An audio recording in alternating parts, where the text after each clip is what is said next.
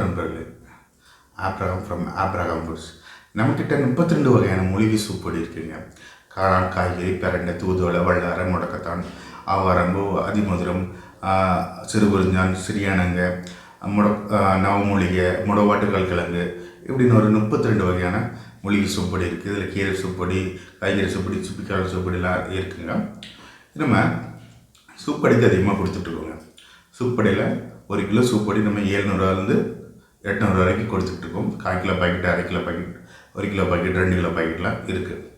1 kilo soup பொடியில் 200 cup, அதாவது 180 cup soup தயாரிக்கலாம். அதாவது 40 லிட்டர் சூப் தயாரிக்கலாம். சின்ன லெவலில் கடை வைக்கிறவங்களுக்கு 1/4 கிலோ பாக்கெட் கரெக்டாக இருக்கும். கொஞ்சம் மீடியம் சைஸ்க்கு 1 கிலோ 1/2 கிலோ கரெக்டாக இருக்கும். அதை விட கொஞ்சம் பெருசுனா 1 கிலோ பாக்கெட் கரெக்டாக இருக்கும். இங்கே தமிழ்நாட்டில் எங்கே இருந்தாலும், நான் தூத்துக்குடியிலேருந்து பிஸ்னஸ் பண்ணுறேன். தமிழ்நாட்டில் எங்கே இருந்தாலும் நான் இன்னைக்கு தூத்துக்குடியிலேருந்து இன்றைக்கி அனுப்புனேன்னா 2 நாளில் உங்களுக்கு கொரியர் வந்துடும். எஸ்டி கொரியர், ஃப்ரான்ச் கொரியரில் அனுப்பிட்டுருக்கோம்.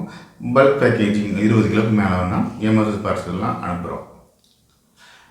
நிறைய பேர் புதுசாக தொழில் தொடங்குறதுக்கு ஆர்வமாக இருப்பாங்க. அவங்களுக்கு நம்ம சூப் கடை வைக்கிறதுக்கு என்னென்ன ப்ரொசீஜர்னு நம்ம சொல்லி கொடுத்துட்றோம். சிம்பிள் தாங்க. சூப் கடை வைக்கிறது ஒரு கடை எடுக்கணும்னா கடைக்கு அட்வான்ஸ், பாத்திரங்கள், சூப்புக்கு என்னென்ன பாத்திரம் தேவைப்படுறது, அடுத்து என்ன லைசன்ஸ் தேவைப்படும், எப்படி வைக்கிறது அப்படின்னு நம்ம சின்ன லெவலில் எப்படி என்ன பட்ஜெட்டோட சொல்லி தந்துடுறோம். நீங்கள் நிறைய பேர் ஃப்ரான்ச்சைசி மாடல் எடுக்கிறதுக்கு ரொம்ப விருப்பப்படுறாங்க. ஃப்ரான்ச்சைசி மாடல் எந்த பிராண்ட் எடுத்தாலுமே அது சக்ஸஸ்ஃபுல் ஆகாது. ஒரு சிலது சக்ஸஸ்ஃபுல் ஆகும். அதோட வேல்யூ பார்த்திங்கன்னா சாதாரணமான பிராண்ட்ஸை கம்பேர் பண்ணும்போது அதோட வேல்யூ ரொம்ப ஜாஸ்தி. அவங்க மோட்டோவுக்கும் இவங்க மோட்டோவுக்கும் ரொம்ப வித்தியாசம் இருக்குங்க. அதுக்கு ஒரு டீ, சூப்பு எதுனாலுமே நீங்கள் பொடி வாங்கி பண்ணுங்கள். டீ தூள்னாலுமே டீ தூள், சூப் பொடினா சூப் பொடி, சூப்புனா சூப் பொடி, டீனா டீ தூள், அவ்வளோதாங்க. வேறு ஒன்றுமே இல்லை. எப்படி செய்கிறதுக்கு மட்டும் தெரிஞ்சாலே போதும், நீங்களே கடை வச்சுக்கலாம். ஒரு சில இப்போ சமோசா அதெல்லாம் நீங்கள் யூடியூப்பில் பார்த்து கூட நீங்கள் பண்ணிக்கலாம். இல்லை ஒரு மாஸ்டர் வச்சுக்கணும் கூட பண்ணிக்கலாம். இதுக்காக நீங்கள் ஃப்ரான்ச்சைசி அப்படின்னு போனீங்கன்னா அதுக்குன்னு ஒரு பட்ஜெட் காஸ்ட் ஆகும். உங்களுக்கு நீங்கள் ஒரு குறிப்பிட்ட ஒரு 15 லட்ச ரூபா, ஒரு 2 லட்ச ரூபா பண்ணாலுமே ஒரு கடைக்கு ஒரு 3 லட்ச ரூபாவில் நீங்கள் எஸ்டிமேட் போட்டுருந்தீங்கன்னா ஒரு ஃப்ரான்ச்சைசி ஆகும்னா 15 லட்ச ரூபா சொல்லுவாங்க. 15 லட்ச ரூபா டோட்டல் காஸ்ட் ஆகிடும். நீங்கள் ஒரு சின்ன லெவலில் 2 லட்ச ரூபா 3 லட்ச ரூபான்னா ஒரு அட்வான்ஸ் 1.5 லட்ச ரூபா, இன்டீரியர் பாண்டை பாத்திரங்கள் என்ன லைசன்ஸ் என்னென்ன தேவைப்படுமோ ஒரு 3 லட்ச ரூபா கூட முடிச்சுக்கலாம். 3 லட்ச ரூபாவில் முடிக்கிறத அவங்க 15 லட்ச ரூபா கட்டுவாங்க. அவங்க என்ன சொல்லுவாங்கன்னா, ஒரு நாளைக்கு 1000 சூப்பு விற்றா, ஒரு நாளைக்கு 500 டீ விற்றா இவ்வளோ லாபம் அப்படின்னு சொல்லுவாங்க. டெய்லியுமே நானே ஒரு தொழில் பண்ணுறேன். நான் சூப் பொடி விற்கிறேன். டெய்லி ஒரு 10,000 விற்குது அப்படின்னா, நாளைக்கு இன்றைக்கி 10,000 விற்குதுன்னா நாளைக்கு 10,000 விற்க போகிறதில்ல. நாளைக்கு 500 விற்கலாம், நாளாங்கழிச்சு 100 விற்கலாம், அடுத்த நாள் 5,000 விற்கலாம், அடுத்த நாள் 15,000 விற்கலாம்.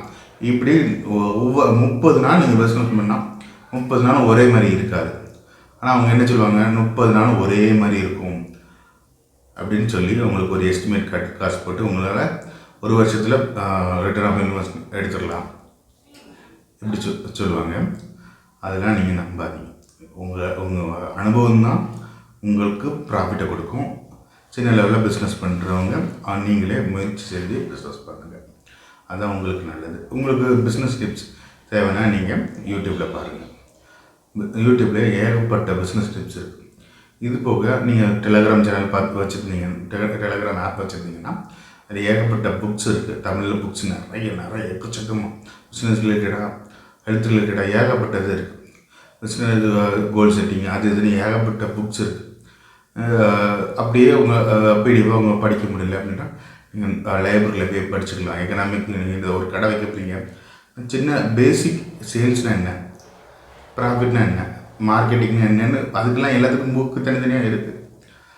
அது கூட படிச்சுக்கலாம். இல்லை ஏதாச்சும் உங்களுக்கு ஒரு அனுபவம் வேணும்னா ஒரு கடையில் ஒரு மாதம் ஒரு டீ கடையிலையோ, நீங்கள் டெய்லி டீ குடிக்கிற கடையிலையோ ஒரு நாள் உள்ளே உட்காந்து கல்லாப்பட்டி இல்லை நீங்கள் உட்கார வேண்டாம், பக்கத்தில் பார்த்தீங்கன்னாலே அவங்க பிஸ்னஸ் எவ்வளோ நடக்குது, அப்படியே நீங்கள் ஒரு மைண்ட்லேயே ஒரு நோட் வச்சு கூட பார்த்தீங்கன்னா அவங்க சேல்ஸ் எப்படின்னு தெரிஞ்சிடும். ஒரு நாளில் கெஸ் பண்ண முடியாது.